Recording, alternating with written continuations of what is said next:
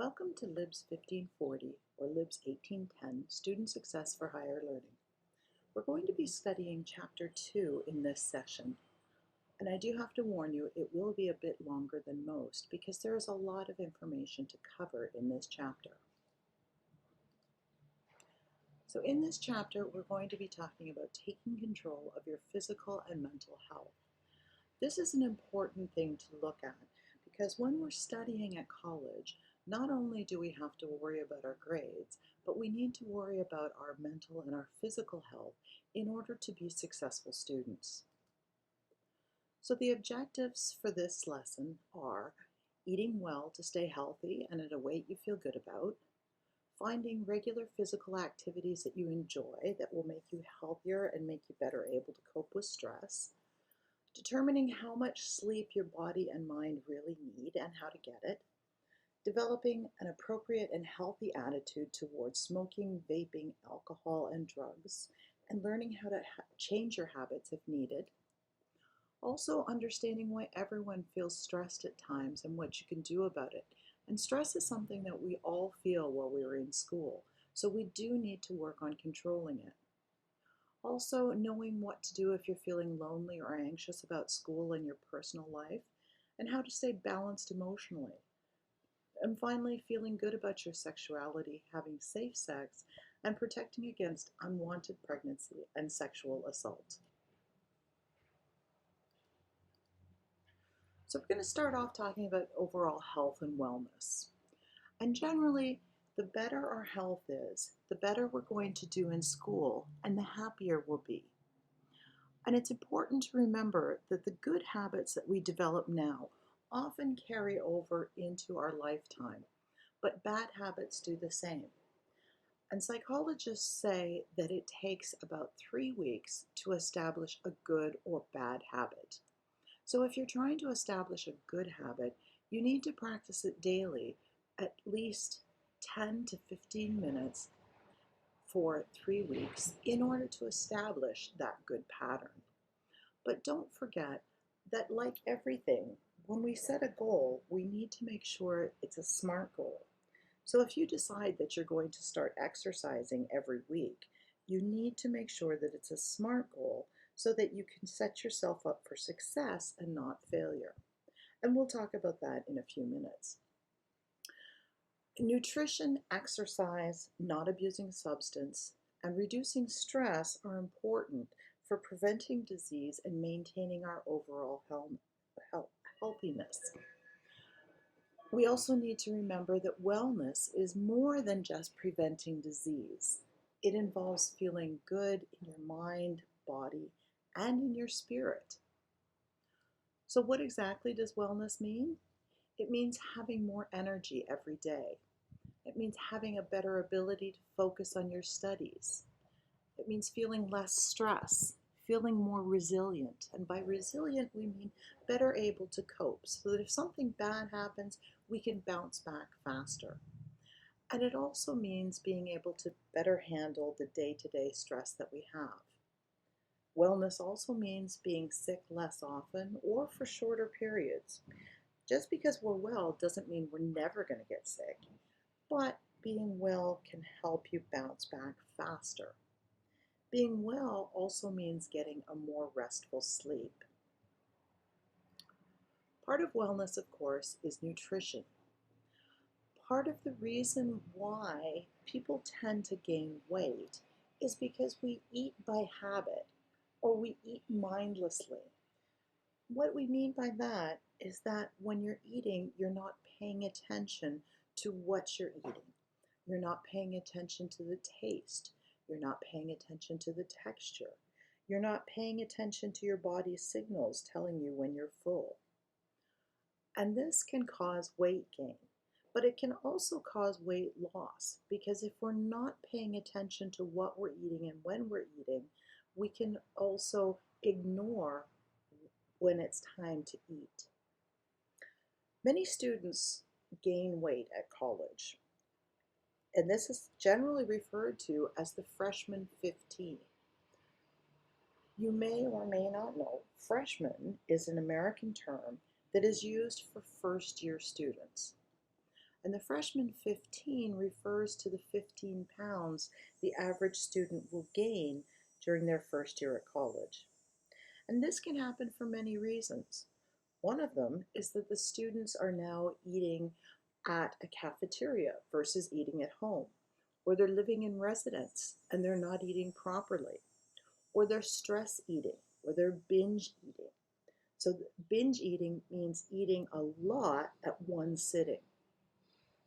So paying attention to what you need for your body is very important. I've provided a link in eConestoga to Canada's Food Guide. It has some very good information about what to eat and how much to eat and how to maintain a healthy diet. When you're new to the country, maintaining a healthy diet can be difficult because you don't know what foods are good for you and what foods aren't. It is important to remember too that if you go to fast food restaurants quite a bit, you're not going to have a balanced and healthy diet. Page 347 and 348 in your textbook also provide some good tips for nutritious eating. If you are gaining weight, it's important to check your body mass index. And if you go to the PowerPoint slides, there is a link that will take you to a site that shows you what a body mass index is. And basically, it tells you how much fat you have on your body. A healthy body mass index is between 18 to 25%. If you're below that, it's unhealthy. If you're above that, it's also unhealthy.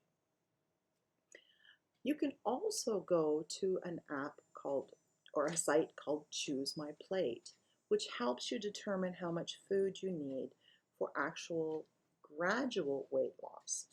And if you're trying to lose weight, gradual weight loss is better because studies have shown that it stays off if you lose it slowly. There are also many apps that you can download that can help you count calories or help you set goals. One of them is called Lose It. This not only helps you count calories, it also shows you how much fat you're consuming, how many carbohydrates you're consuming, and how much protein you're consuming. You can also track your blood pressure, your water intake, your exercise.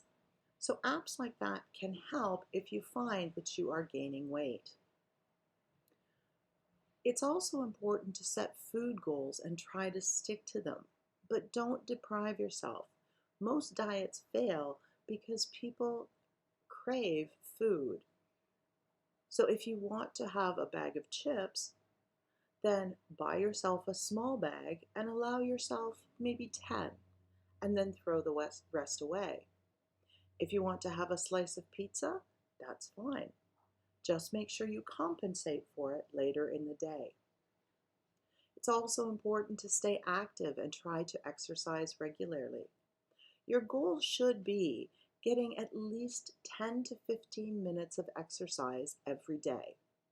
This is not a lot, and you can do something like Pilates or Tai Chi or yoga, or you can even go for a walk in your neighborhood. But you want to make sure that you increase your heart rate and that you are actually getting some benefit from your exercise. You can also join a fitness class, and there are now many online fitness classes that you can join.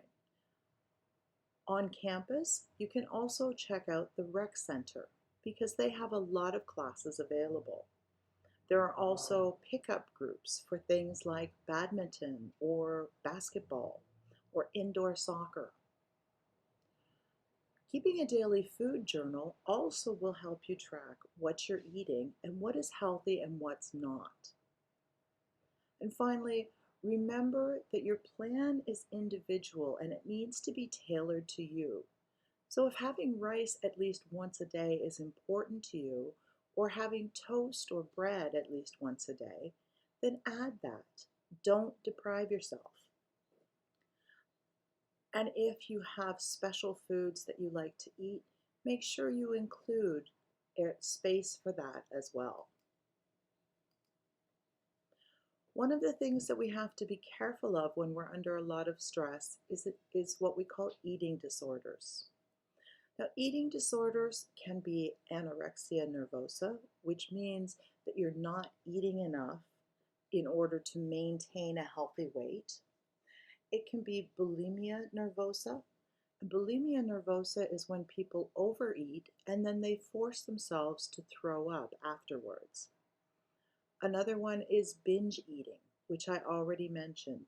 And this could be a case of wanting to have some potato chips and sitting down and eating a family-size bag in one sitting, or eating a full package of cookies, or making a pot of rice for yourself and eating the whole pot all at once.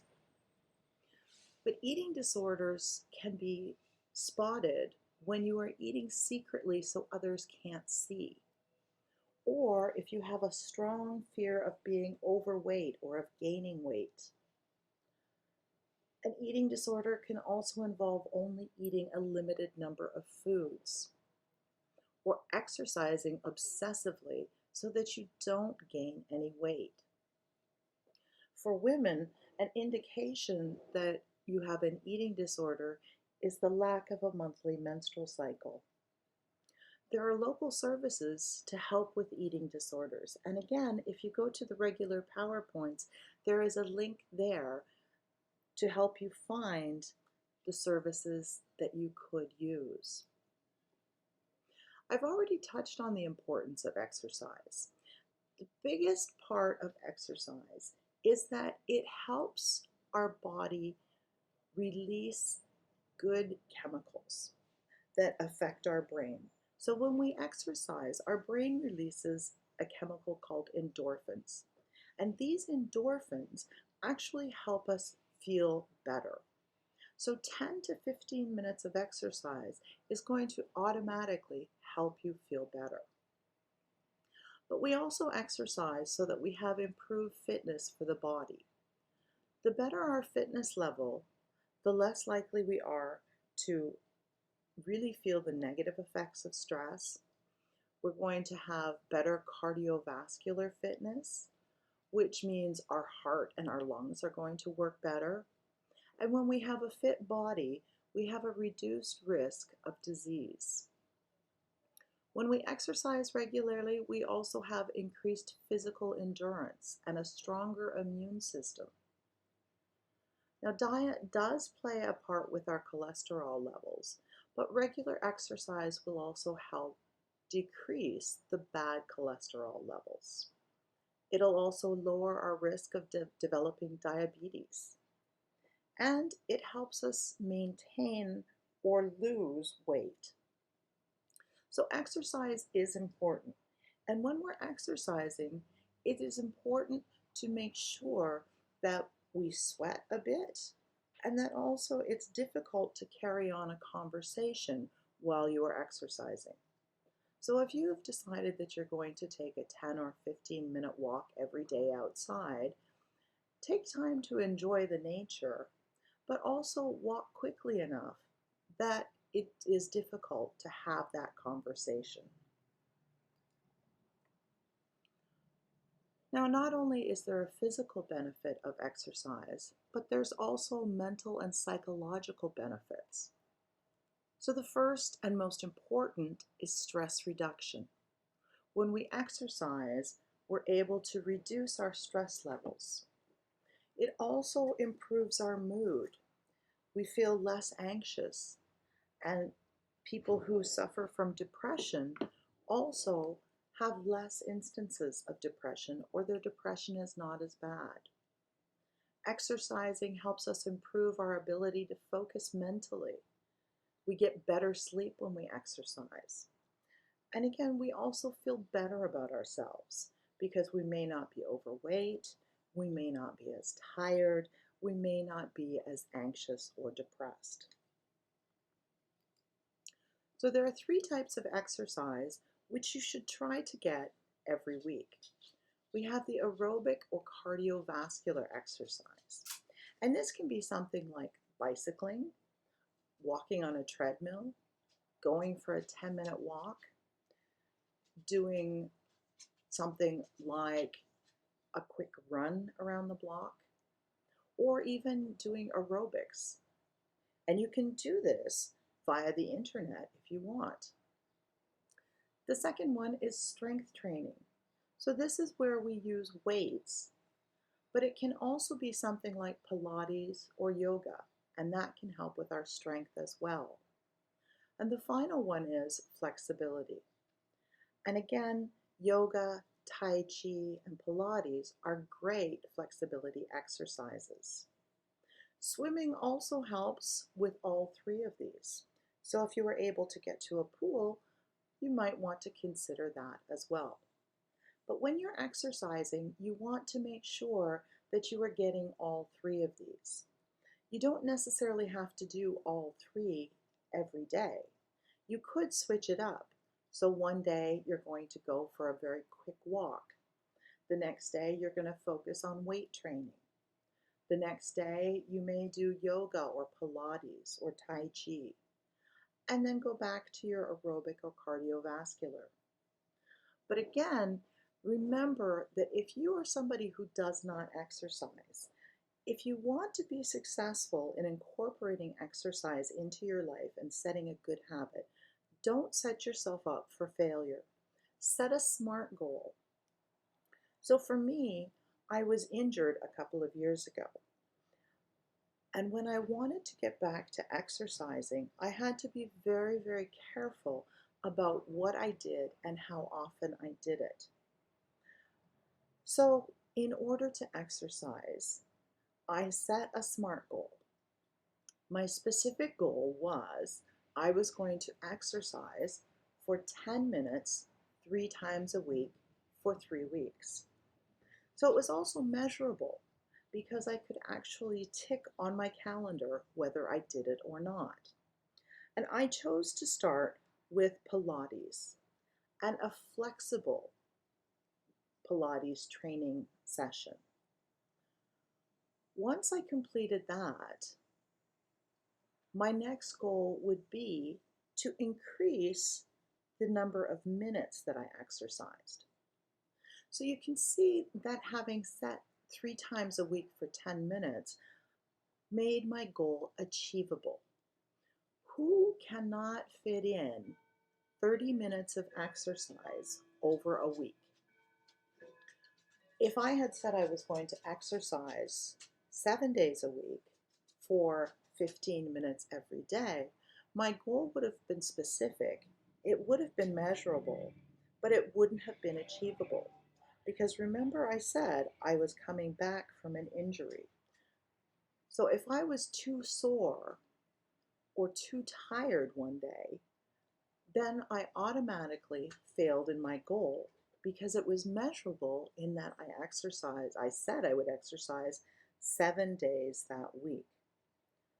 So by setting it for 3 times, it became achievable. It was a realistic goal as well. And it was also relevant because when I teach in a classroom, I walk around a lot.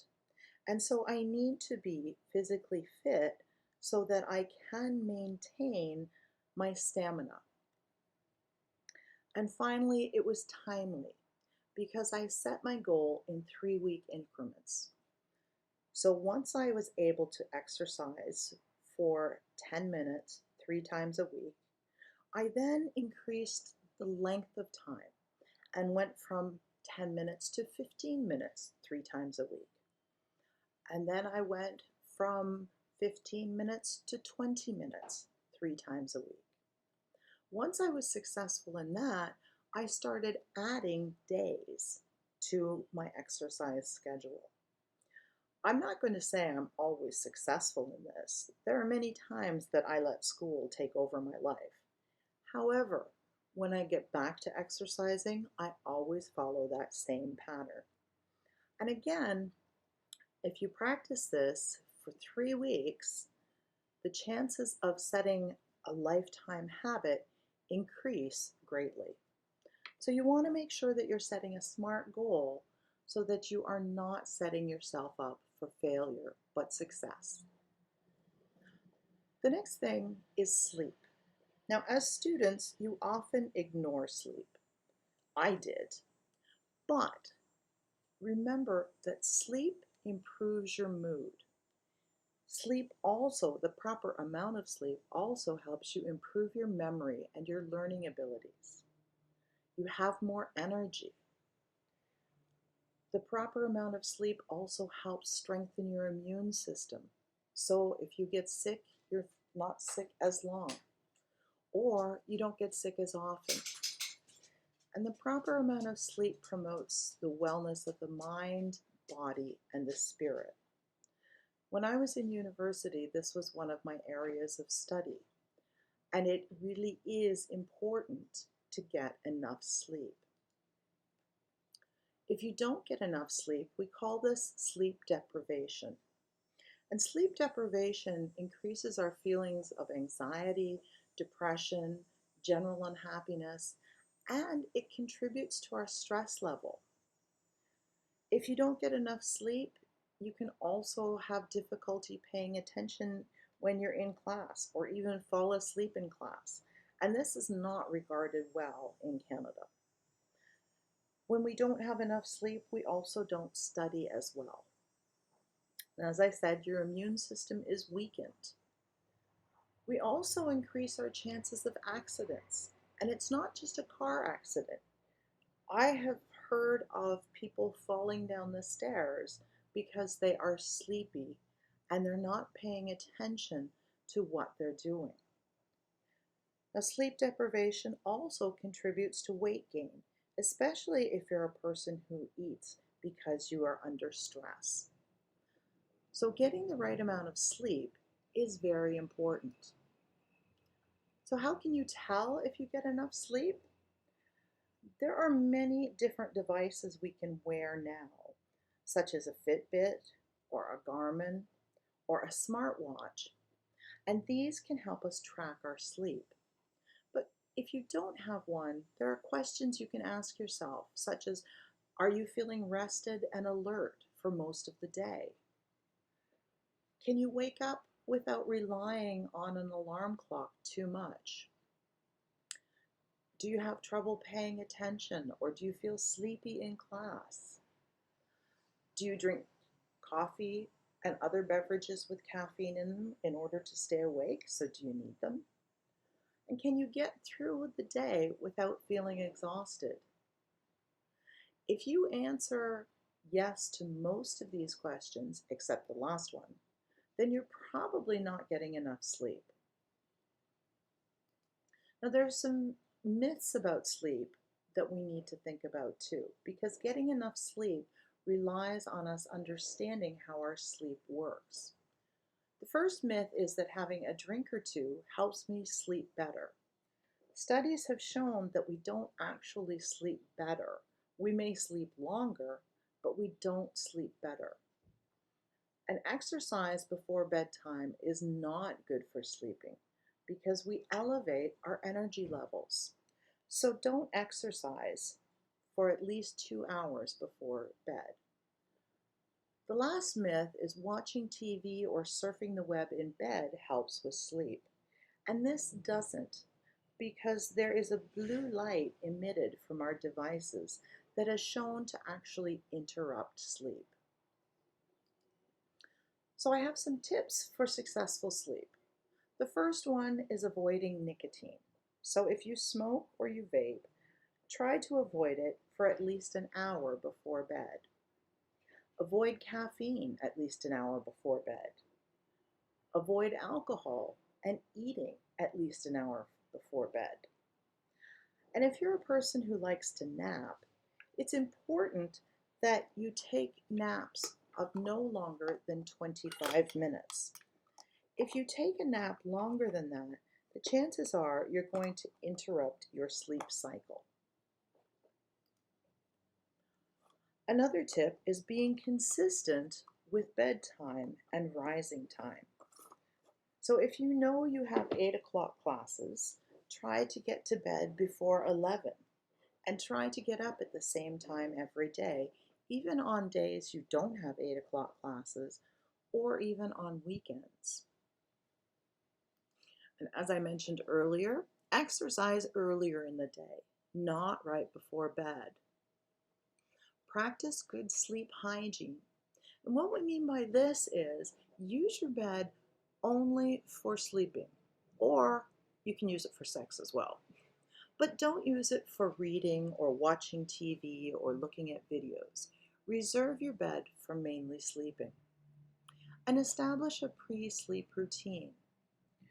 One of my friends is very good at keeping track of her sleeping, and she's also a very good sleeper. And what she does is every night at 9 o'clock, she turns off all of her devices and she sits in a quiet room with a cup of herbal tea and she will read for an hour. She turns off her phone so that nobody can call. And this is her quiet time that she reserves for herself. After she has read for an hour, she goes to bed and meditates and then falls asleep. She does this every night, and her sleeping patterns are very, very successful. So you might want to try to set up a sleeping pattern for yourself, especially if you have children, because you need your sleep. If you are having trouble sleeping, one of the things you can do is keep a sleep journal. Explain what has kept you up. If you wake up in the middle of the night, write down why, what time you woke up, what time you went back to sleep, what time you get up in the morning, and how you feel. This can help you understand your body's natural rhythm a little bit better. As I said, you can try using a device like a Fitbit to help you measure your sleep. And if you're having trouble falling asleep, don't just lie in bed tossing and turning. Get up and do something besides using an electronic device, and do something like reading or a puzzle until you're sleepy enough, and then try going back to bed. You can also speak to your doctor, and you can try over-the-counter sleep remedies. So this means a non-prescription remedy. An example of this would be a vitamin called melatonin. And you can buy this in the vitamin section of the grocery store or the drugstore. Melatonin can actually help us sleep. Now, if you smoke or you vape or you use tobacco, you smoke cigars, then it's important to know that smoking causes cancer, lung, and heart diseases. And nicotine is a highly addictive drug. So quitting smoking, though, brings immediate benefits to us. So if you are thinking about quitting smoking, think about the benefits of quitting. So 20 minutes after you quit smoking, your heart rate drops. Within 2 weeks to 3 months, your heart attack risk drops and your lung function improves. And within 1 year, your risk of coronary disease or heart disease is half that of a smoker. So you can see quitting smoking has great benefits. However, when you're in school, trying to quit smoking can be very hard. So there are different helplines that you can contact to provide support for you. Also, if you want to quit smoking, it's important to remember the START plan. And if you have a friend who is trying to quit smoking, you can help them by reminding them of this START plan. So S is to set a quit date. You can quit today if you would like, or you can gradually decrease the number of cigarettes that you smoke so that you get to a date where you're not going to have any cigarettes at all. The second T is tell family, friends, and coworkers that you plan to quit. They can be a wonderful cheering squad for you. So if you want to have a cigarette, but you've told them you're quitting, they can cheer you on. The A is to anticipate and plan for challenges that you'll face when you quit smoking. So if you're under a lot of stress, the first thing that smokers want is to reach for a cigarette. And if you're trying to quit smoking, this can be very tempting. You can use aids like nicotine gum or a nicotine spray or a nicotine patch. The next one is R. So remove cigarettes and other tobacco products from your home, from your car, from your workplace, from school. So if you keep a pack of cigarettes in your locker, get rid of them. And finally, talk to your doctor about getting help to quit. You can also go online, and the Canadian Cancer Society has help for you as well. There are a number of helplines, so you can call people if you are having a craving but you still want to quit. And there are lots of different organizations to help you. You can even download apps to help you quit smoking.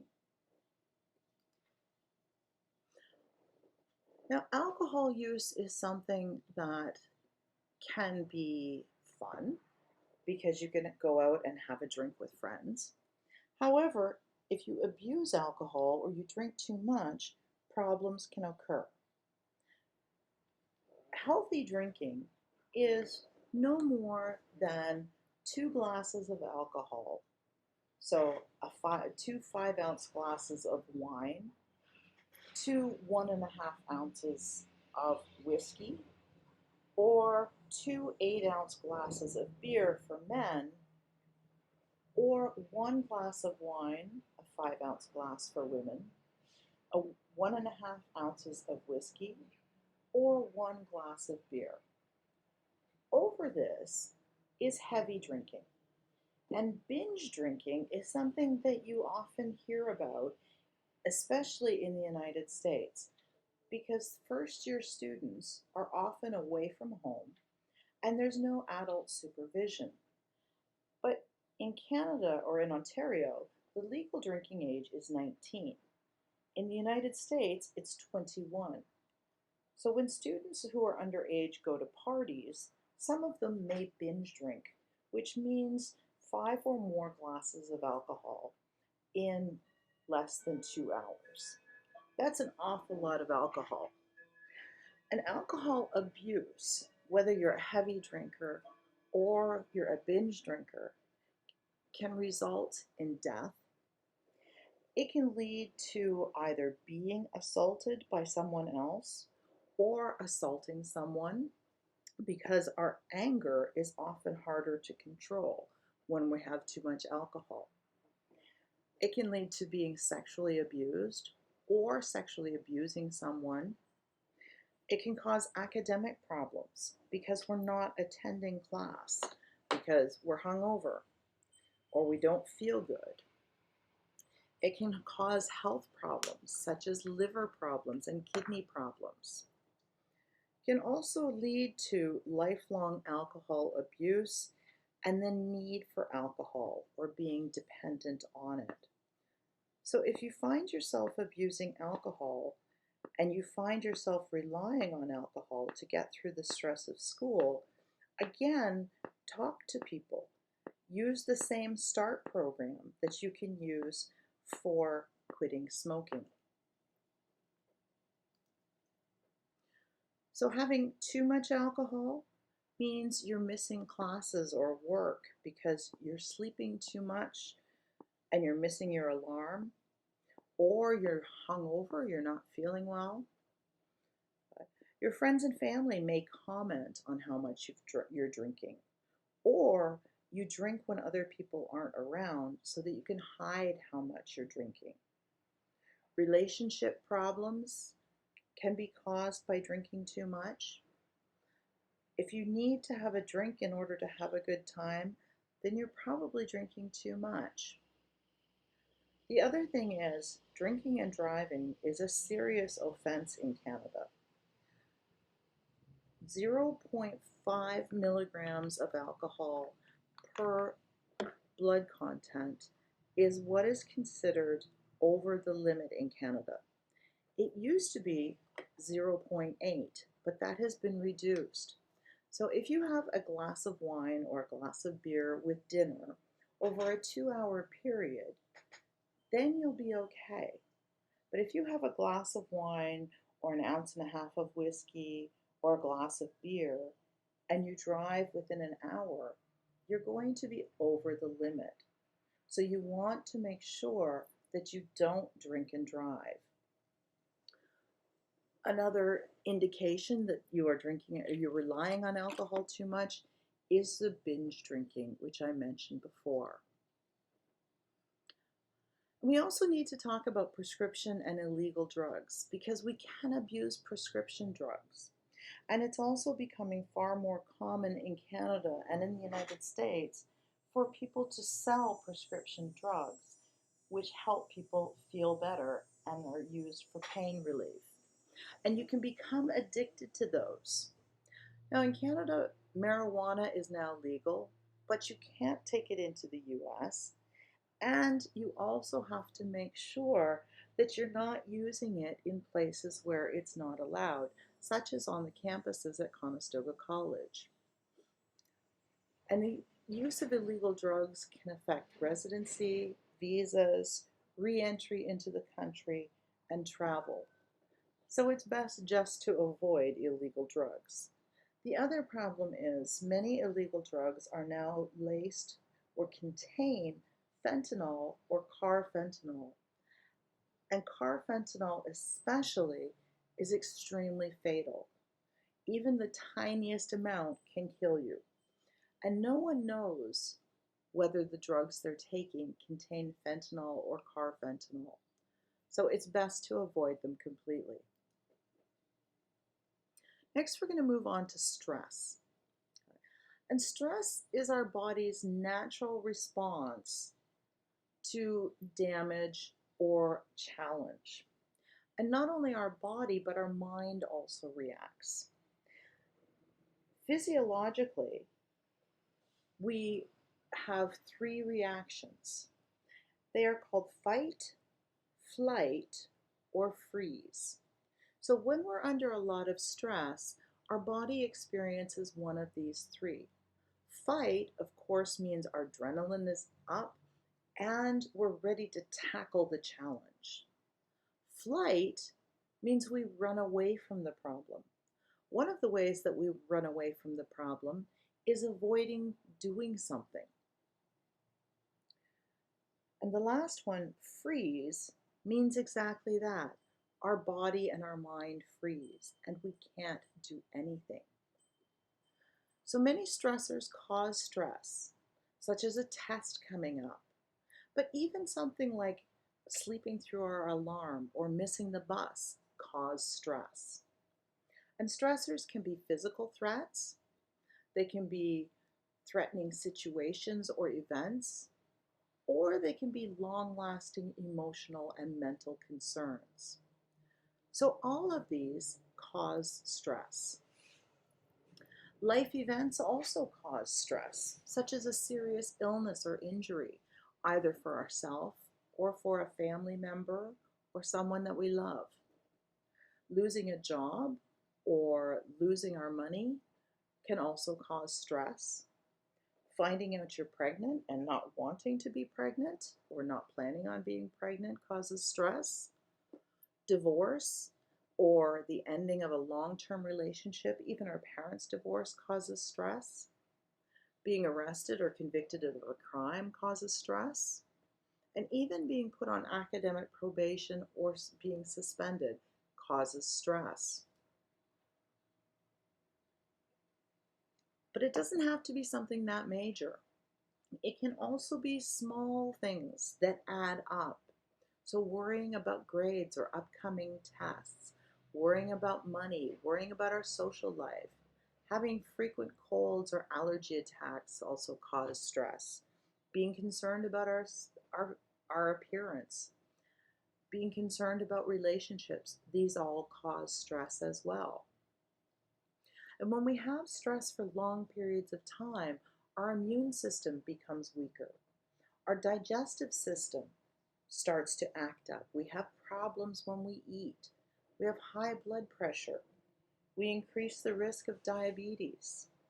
Stress causes muscle pain and back pain. It causes headaches. It causes us to be tired. It causes us sleeplessness. It also increases the risk of heart attack and cardiovascular problems. So as you can see, stress is not a very good thing to have. It causes us difficulty with thinking clearly and concentrating. It causes memory problems. However, there are ways to cope with stress. Just remember that all stress is not bad. If we have too little stress, we're not motivated to do anything. If we have too much stress, then we're overwhelmed and we can't do things. So you want to have mid-levels of stress. But there are excellent ways that you can combat stress. One of them is meditating. And in the eConestoga shell for this week, I have included links to meditation apps that you can use. And meditation is good because it allows us to be mindful. It stops the noise around us. As I said, exercising is also very good, as is sleep. As I said, the more sleep we have and the more rested we are, the better able we are to cope with things.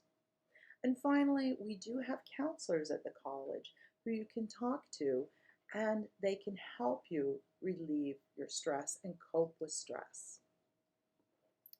So some relaxation techniques that can also help you when stress is overwhelming is deep breathing. You breathe in through your nose and then out through your mouth. In through your nose and out through your mouth. And if you do this 3 times and you focus on the breathing, it will help you to relax. Another thing is progressive muscle relaxation. And this, you sit in a chair with both feet on the floor and your arms in a comfortable position. And you just close your eyes and imagine your muscles relaxing. You can start with the top of your head, or you can start with your toes.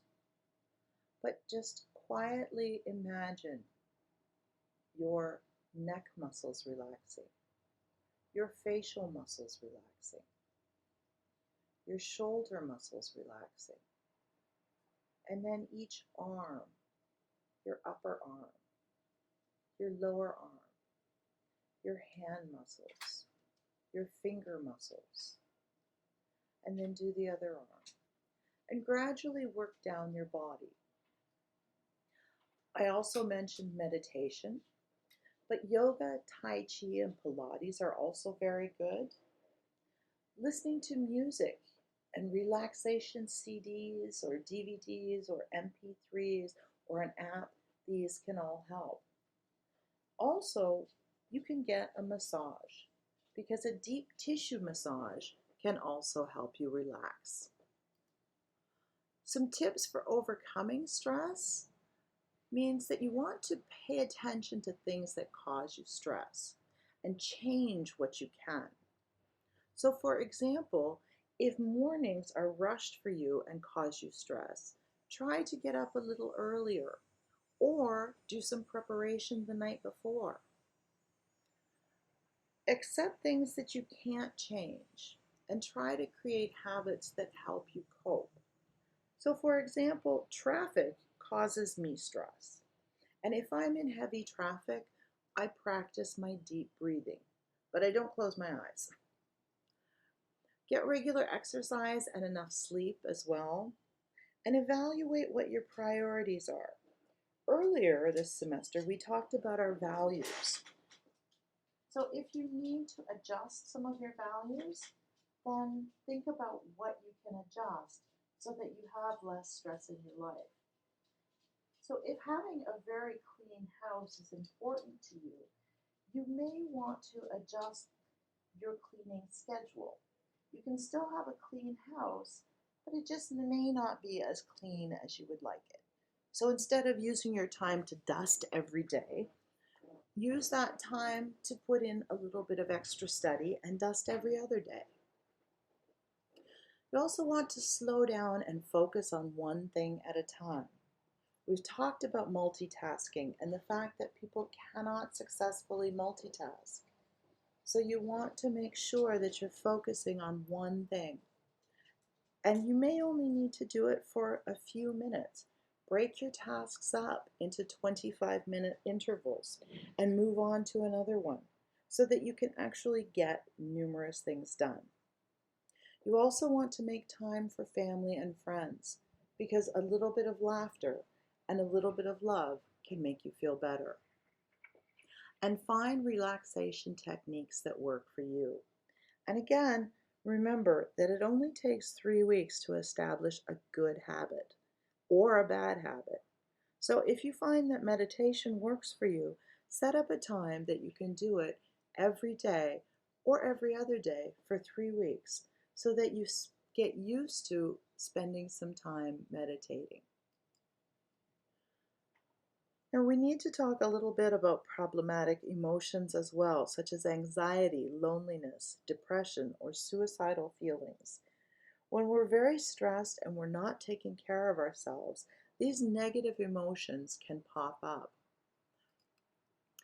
But there are some tips to help you combat those negative emotions. And the first is that you have to understand that most emotions cannot be directly controlled. We're not able to turn them on and off. So you want to connect with others, talk to other people. You want to be honest in your relationships.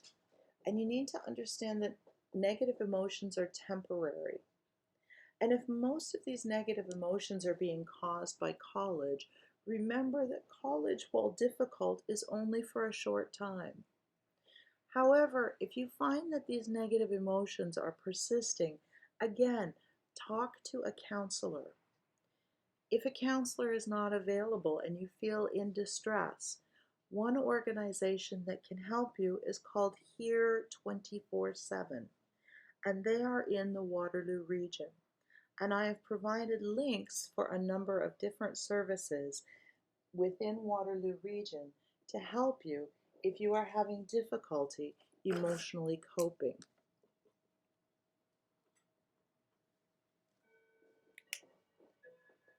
Now, tips for successful mental health as well involve spending time relaxing and spending time with yourself and pampering yourself. So if you need, again, take a walk outside, enjoy nature, focus on things that make you happy. You can also keep a journal that will help you release negative emotions. The last topic that I want to talk about is sexual health. And it's important to remember that the decisions you make now and the choices you make now can have long-term impacts. One thing you need to think about are what we call STIs, or sexually transmitted infections. Your textbook has a list of sexually transmitted infections. And the reason why I want to talk about this is because if you get a sexually transmitted infection, unfortunately, you're not the only one who's going to know, because our health department then steps in. And when the health department steps in, they will let your other partner or partners know about your sexually transmitted infection. So make sure if you're having sex with somebody who is not a lifelong partner, that you make sure that you are using a condom and that you practice safe sex. Sexual assault, unfortunately, is a reality. And in order to stay safe, you want to make sure that you're aware of your surroundings and that you don't exhibit any behavior that makes it easy for someone to assault you, either male or female. One very common way that people assault others is they will often use what's called a date rape drug. So if you are at a bar or you're at a party, make sure that you are always carrying your drink with you. Don't put it down because this will decrease the risk of being the victim of date rape. Also, don't accept a drink from someone's open pop or alcohol bottle, and don't accept one from a bowl. And that brings us to the end of this chapter. I realize it was long, but there was a lot of really important information to cover. So the chapter takeaways are remembering that good health will help you succeed at college. And you want to try to maintain a nutritious, well-balanced diet. Exercise regularly and get enough sleep. Avoid substance abuse and try to manage stress. And finally, if you are having difficulty, seek help. So again, in eConestoga, I have added links that you can go to if you are having difficulties. And that is the end of this session. Hopefully you've learned a few things to help you cope this semester, and we will discuss it further when we meet.